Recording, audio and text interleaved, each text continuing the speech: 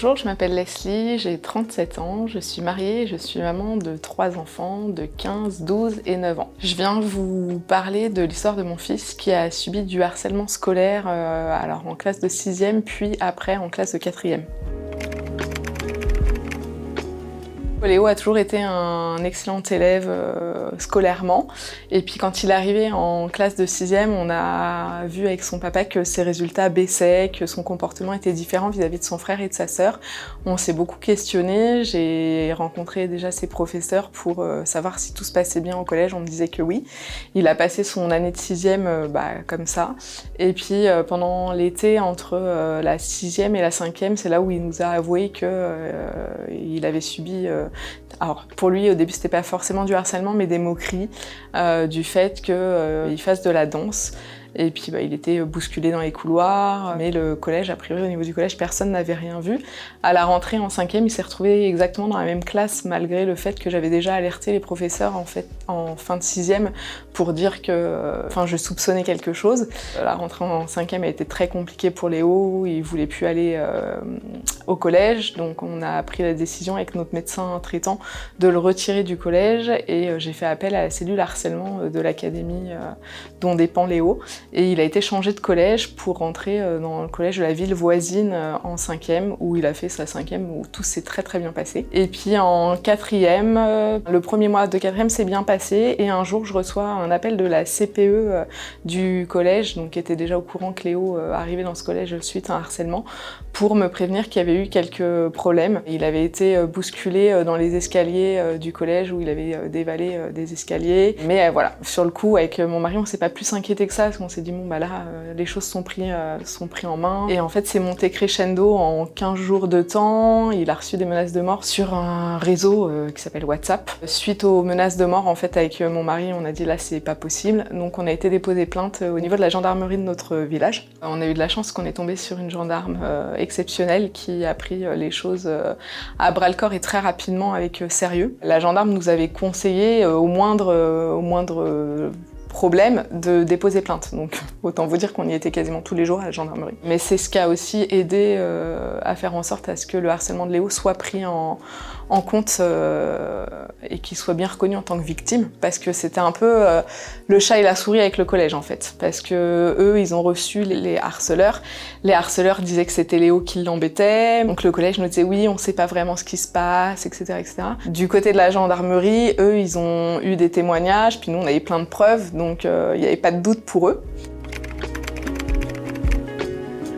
Ils nous ont un peu fermé la porte, après ils ont su qu'on avait déposé plainte, alors là ça a été le pompon, parce qu'il faut savoir qu'à partir du moment où vous déposez plainte en fait pour une situation de harcèlement, le collège est obligé de remonter l'information au niveau de l'académie, et quand il remonte l'information au niveau de l'académie, ça fait baisser les notes des établissements, etc.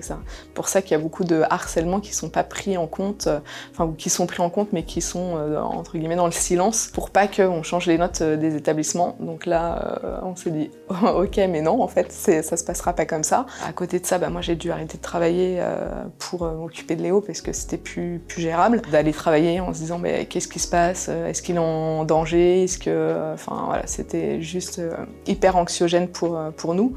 Du coup ce qui fait que quand je le déposais il était tout seul. Donc un jour moi je suis rentrée, j'ai dit à mon mari écoute on l'enlève de l'école, c'est plus possible. C'est à ce moment-là que moi j'ai fait appel, alors j'avais déjà fait appel du coup pareil à la cellule harcèlement que j'avais eu pour le premier harcèlement, donc j'avais déjà des contacts en fait pour ce deuxième harcèlement. Et là quand j'ai pris contact avec la cellule harcèlement, je me suis rendu compte que le collège n'avait fait aucune démarche pour prévenir de ce harcèlement. Et donc là on nous a reproposé de rechanger Léo de collège et on leur a dit mais attendez, il y a quand même un problème, c'est pas à Léo de changer de collège, on va pas faire ça à chaque fois. On l'a retiré du collège pour le passer en cours à domicile par le CNED sur décision médicale, parce que Léo était clairement à ce moment-là en dépression. Ça a été des moments très compliqués avec mon mari, on ne le laissait plus tout seul à la maison parce qu'on avait peur qu'il commette l'irréparable. Il a continué le CNED pour toute sa 3e.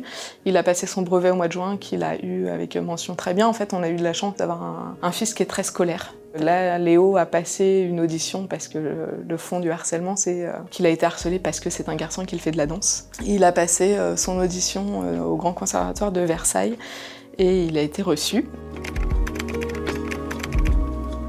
C'est compliqué, je dirais que moi je me suis sentie beaucoup impuissante et seule. On ne sait pas trop vers quelle porte frapper en fait pour avoir de l'aide. Et en fait, ce qui nous a sauvés, c'est malheureusement, c'est le premier harcèlement où j'avais déjà eu affaire avec l'académie. Donc j'avais déjà en fait des numéros où j'ai su appeler tout de suite. Et puis l'aide la plus précieuse qu'on a eue, je dirais que c'était vraiment la gendarme qui a géré le dossier de Léo.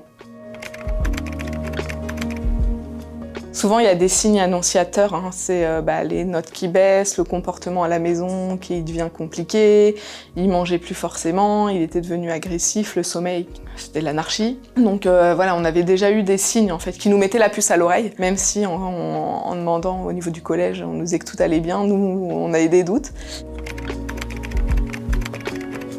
Alors déjà, de croire son enfant, vraiment accueillir la parole de son enfant, c'est vraiment important de le déculpabiliser pour lui dire que non, c'est pas de sa faute, qu'il n'a pas à subir tout ce qu'il subit. Quand le collège le permet de pouvoir rentrer en relation avec le collège, et surtout si ça va, même pour ce qui peut paraître une petite broutille en tant qu'adulte, déposer plainte le plus rapidement possible puisqu'on se rend compte que c'est ça qui permet de se faire entendre en fait. Après oui, si le collège gère l'histoire, ça peut être réglé rapidement. Après, en plus, là, il y a une loi qui vient de sortir, hein. J'ai lu il y a une semaine, 10 jours, comme quoi maintenant c'était les harceleurs qui allaient être changés d'établissement et non plus les victimes. Au niveau des numéros très intéressants, il y a le 30-20, moi, qui m'a beaucoup aidée. C'est eux qui, au moment où ça devenait vraiment compliqué à l'école pour Léo, nous ont dit là, il y a danger de mort pour votre fils, donc il faut le retirer du système scolaire. À savoir que si, en tant que parent, vous êtes amené à devoir retirer votre enfant du système scolaire, allez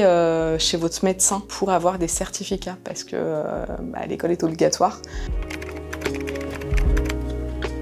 Normalement, dans chaque académie, il y a un pôle harcèlement en fait. Mais quand vous tapez, quand on a tapé le nom de notre académie, avant de trouver le numéro, j'ai mouliné pas mal et voilà, j'avais des contacts dans l'éducation nationale, donc j'ai réussi à avoir ce numéro comme ça. Il faut savoir que quand vous appelez le 3020, c'est le numéro national anti-harcèlement.